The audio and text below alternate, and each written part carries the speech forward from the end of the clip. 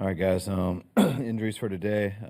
Ricky Purcell, knee, won't practice. Jordan Watkins, calf, won't practice. CJ West, thumb, won't practice. Robert Beal, ankle, won't practice. Purdy, toe, won't practice. Juwan Jennings, ankle/ribs, won't practice. Tour, knee, limited. Renardo, neck, limited. D. Winters, knee, limited. Mikael Williams, wrist oblique, limited. That's it. Go ahead. Any of those guys you mentioned, or have you ruled any of those players out from playing in third? Yeah, no. What has Brock's progress, if any, been since we last talked to you? Not much. That was yesterday. So. So is Mac come totally off the injury list now? Yeah. How was that with Mikael Williams' wrist? I mean, he went to the locker room early in that game with it, but how's that hindered him, or is it hinder him at all? It sure does some. I mean, it's painful, especially a position you play with your hands all the time. He's been dealing with it, and he's been battling through it. First time facing the Rams with Adams and Nakua. What kind of challenge those guys present as a tandem? What have you seen on film so far? Just those two great receivers with an unbelievable quarterback, so huge challenge. Just like when they had Puka and Cup going. I mean, huge challenge, especially paired with Stafford. Two of the best hands in the league with Puka and Devontae, and the separation ability, how they can cut, how aggressive they are on their routes. I mean, they're as good as it gets. How Rams added Poona Ford to their D-line. How has he changed what they look like up front? It hasn't changed what they look like, just added another one. He's a hell of a player. We've looked at him a number of different times.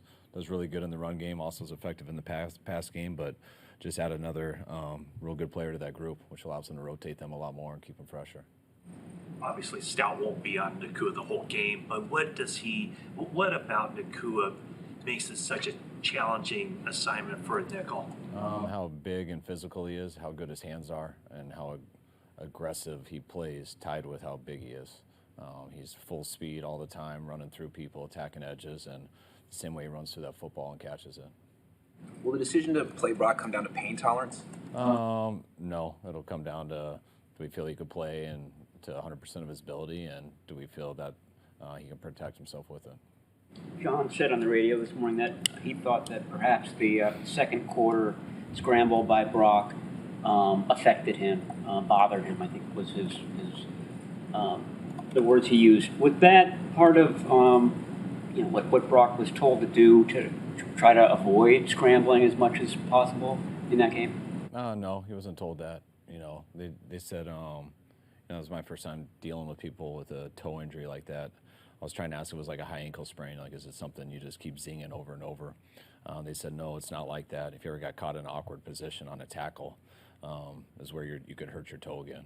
But it doesn't work like an ankle or anything like that, and I think they got him on that when they took him down. So whether it's scrambling or just getting tackled was kind of the worry of it.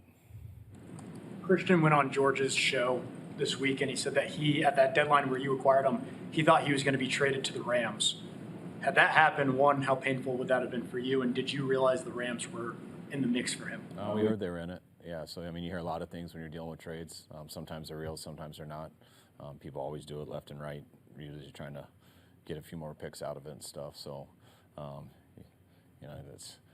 guess it was true, but glad he ended up here. You've had a lot of success, it seems like, with the dirty kickoffs.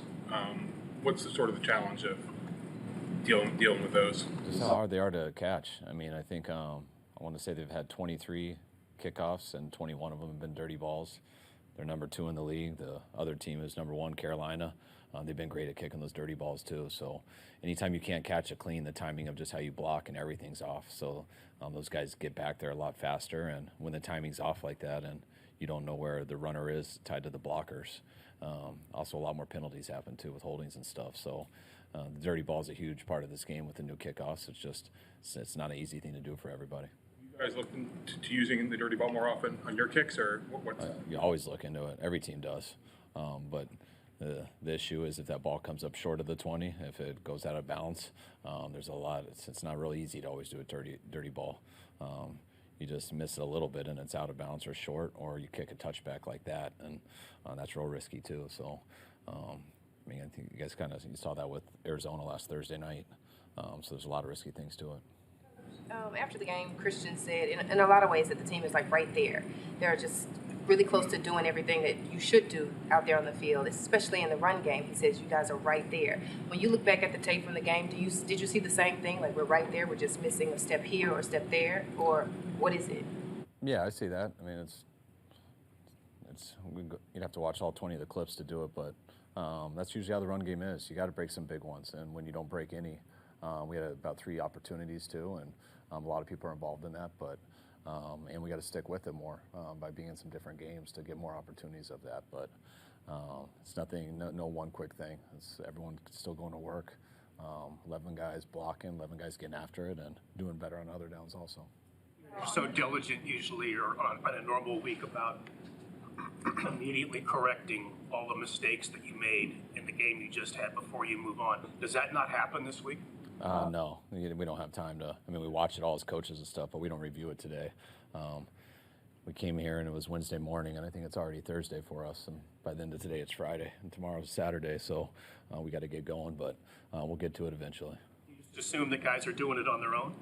I mean, position coaches will do it with guys. I mean, they won't sit and review the whole game, but they'll review specific things that we got to change or we got to get fixed. When it's, you're not going to review a guy dropping a ball or something like that, but when someone's having a missed assignment or doing something wrong, those are things you definitely get corrected.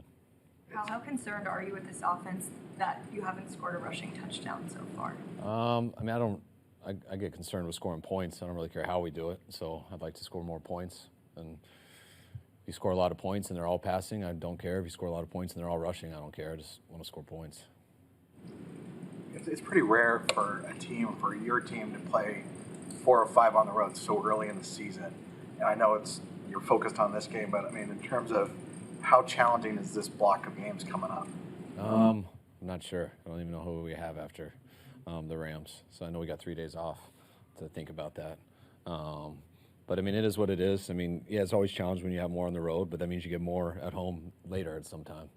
So it's all how the schedule goes out and the healthier team when you're doing it and stuff like that. And it could be a disadvantage, it could end up being an advantage. So don't look too much into it. Pretty important question. What NFL coaches do you think could beat up Robert Saleh? Just me. That's about it. What about Dan Campbell? Yeah, I would probably bet on Dan over a lot of people. Saleh's too nice usually, but it seemed like someone struck a chord later. I mean, the other day, but I don't think there's any fights going on. It was kind of comical now to look back at it. You said previously that you thought C.J. West could play with a cast on his thumb. Did that change after the surgery? No, it's something that we're looking into and still considering this week. So that's why we haven't ruled him out. That's stuff he's experimenting with right now.